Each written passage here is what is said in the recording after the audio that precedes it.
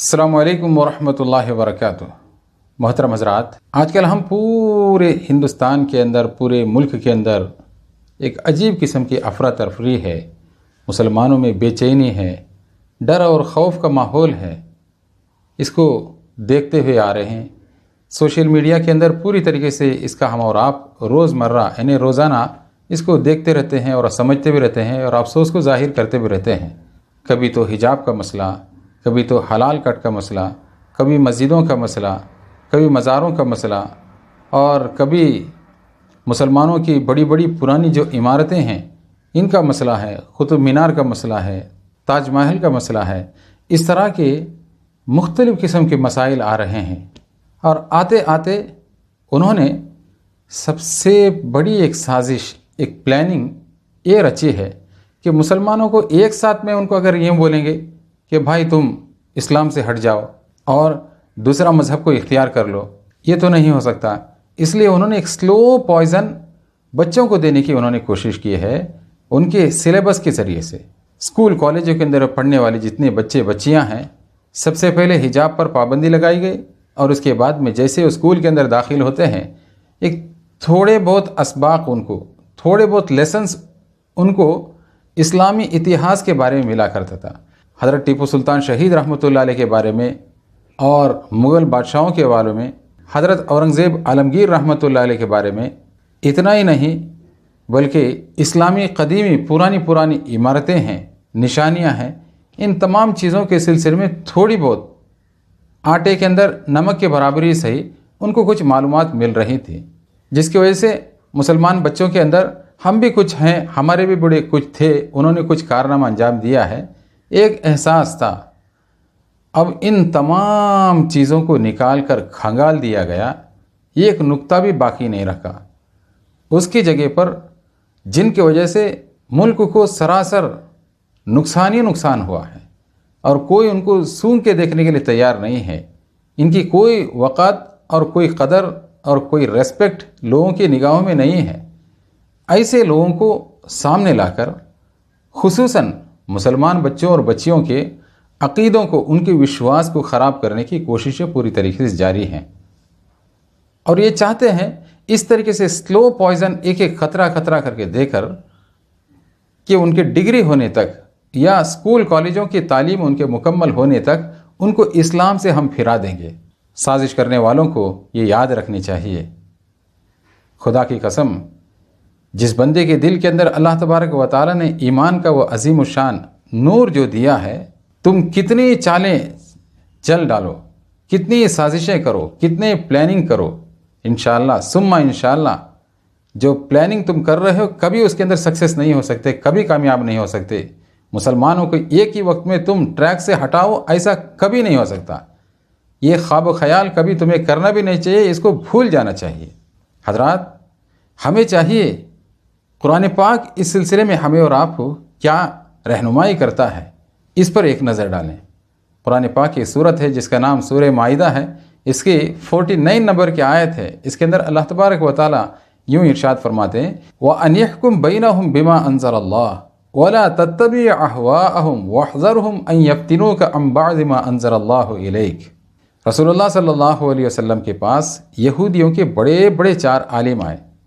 ایک کا نام عبداللہ بن سوریہ تھا، دوسرے کا نام کعب بن اسد تھا، تیسرے کا نام ابن سلوبہ، چوتھے کا نام شاس بن عدی تھا، اور چاروں نے آ کر رسول اللہ صلی اللہ علیہ وسلم کی خدمت میں عرض کیا کہ ہم یہودیوں کے بڑے علماء ہیں، اگر آپ ہمارا ایک مسئلہ ہے اس کو ہمارے حق میں فیصلہ کرتے ہیں تو ہم چاروں کے چاروں مسلمان ہو جائیں گے، اور ہمارا دیکھا دیکھی یقینی بات ہے ہمارے پیچھے ایک بہت بڑی جماعت ہے، سب کے سب مسلمان ہو جائیں گے۔ تو وہ کیا سوچے، یہ ایک قسم کی سازش تھی، پلاننگ تھی، آہستہ اللہ کے رسول صلی اللہ علیہ وسلم کے دل کے اندر کیسے گھسا جائے۔ ان بیوقوفوں کو یہ معلوم نہیں ہے رسول اللہ صلی اللہ علیہ وسلم کی حفاظت اللہ تبارک و تعالیٰ کی طرف سے ڈائریکٹ ہو رہی ہے۔ اللہ کے رسول صلی اللہ علیہ وسلم کو اللہ تعالیٰ نے قرآن پاک کی آیت کے اندر یوں ارشاد فرمایا، جب یہ لوگ تمہارے پاس آ جائیں تو جیسے میں نے جو حکم دیا ہے اس کے مطابق فیصلہ کریں، اور ان کی خواہشات ہے، ان کی تمنا ہے، ان کے دل کے اندر خیالات ہیں، اس کے مطابق آپ ان کی طرف نہ جھکیں اور چوکنا ہو کر رہیں، بیدار رہیں، ہوشیار ہو کر رہیں. کیا کریں گے؟ آپ کو بچھلا دیں گے. یعنی آپ حیران و پریشان ہوں گے کہ اس موقع پر میں کیا کروں. حقیقت میں اللہ کے رسول صلی اللہ علیہ وسلم کے واسطے سے امت مسلمہ کو، ہمیں اور آپ کو اللہ تبارک و تعالی سمجھا رہے ہیں بڑے پیار کے ساتھ میں، محبت کے ساتھ میں. دیکھو یہ سلسلہ جب سے جاری رہا، آج بھی ہے اور قیامت تک رہے گا. لیکن ایک پلیٹ فارم پر جس پر تم کھڑے ہو، جس ایمان کے ساتھ میں مضبوط ہو، مضبوطی کے ساتھ میں جمے رہو. ایسی صورت میں قیامت تک بھی تمہارا ایک بال بھی وہ ٹیڑھا نہیں کر سکتے. تو لہٰذا وہ لوگ جو مسلمانوں کے پیچھے ہاتھ دھو کے پڑے ہوئے ہیں، ان کے خون کے پیاسے ہوئے ہیں، ان کے جان کو، مال کو پوری طریقے سے نقصان پہنچانے کی کوششیں رچائے ہوئے ہیں اور رچا رہے ہیں، یہ بھول جائیں. ایک آدھ کو ہو سکتا ہے جو نام نہاد مسلمان ہو، یعنی جو نام کا جو مسلمان ہو، اس کو تھوڑا بہت آپ بہکا دیں. لیکن ایک بڑی تعداد میں مسلمانوں کو دل کے اندر مسلمانوں کو جن کے دل کے اندر اسلام ہے، ایمان ہے، ان کو آپ ٹریک سے ہٹا دیں، یہ کبھی نہیں ہو سکتا. حضرت قاری طیب صاحب رحمۃ اللہ علیہ جو دارالعلوم دیوبند کے محتمم تھے، حضرت نے ایک مرتبہ فرمایا، اس ملک کے اندر، یعنی ملک ہندوستان کے اندر، اسلام کبھی نہیں مٹ سکتا، کیونکہ ہمارے بڑوں نے اس کے لیے، اس کے پیچھے خون کی قربانیاں دی ہیں. اللہ تبارک و تعالی نے ان کی قربانیوں کو قبول کیا ہے. لہٰذا مسلمانوں ہمت مت ہارو، گھبراؤ نہیں، ٹینشن میں مت پڑو، انڈر پریشر مت ہو. ہمت کے ساتھ میں اپنے بچوں کو اعلیٰ درجے کی تعلیم دو. لیکن ساتھ ساتھ یہ بات ذہن میں ضرور رہے، اللہ تبارک و تعالی نے میری اور آپ کی اور قیامت تک آنے والے انسانوں کی رہبری کے لیے، گائیڈنس کے لیے ایک محفوظ پروٹیکٹڈ کتاب یعنی قرآن کریم جو دی ہے. یہ چیلنج والی کتاب ہے، دنیا کے ہر مذہب کو اور ہر مذہب کے فالوور کو قیامت تک یہ چیلنج کرتا ہے. اگر تم میں ہمت ہے، اس جیسا ایک آیت تو چھوڑ دیں، ایک چھوٹا سا ایک حصہ، جتنے تمہارے سپورٹر ہیں سارے کے سارے کو لو اور اس کے بعد میں اس جیسا لے کے آؤ. آگے اللہ نے فرمایا قیامت تک نہیں لا سکتے ایسی مبارک ترین کتاب. یہ کلام کو اللہ تبارک و تعالی نے مجھے اور آپ کو دیا ہے.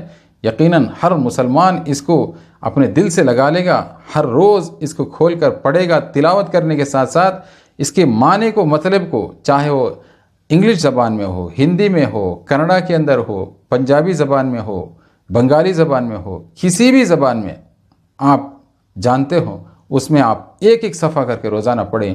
انشاءاللہ آپ کی اور ہماری ہمتیں بلند ہو جائے گی اور ہمارے ایمان، ہمارا اور آپ کا ایمان پہاڑ کی طرح مضبوط ہو جائے گا. پھر بعد میں دنیا کی کوئی بھی طاقت ہمارے سامنے آئے، ہمیں اور آپ کو ہمارے ایمان سے اور اسلام سے قیامت تک، موت کی آخری سانس تک کبھی ہلا نہیں سکتے. دعا کریں اللہ تبارک و تعالی ایسی ہمتیں اور حوصلے ہمیں اور آپ کو اور پوری امت مسلمہ کو اور خصوصاً ہمارے نوجوانوں کو اور اسکول کالجوں کے اندر پڑھنے والے بچوں کو اپنے فضل و کرم سے عنایت فرمائیں. آمین یا رب العالمین. وآخر دعوانا ان الحمد للہ رب العالمین.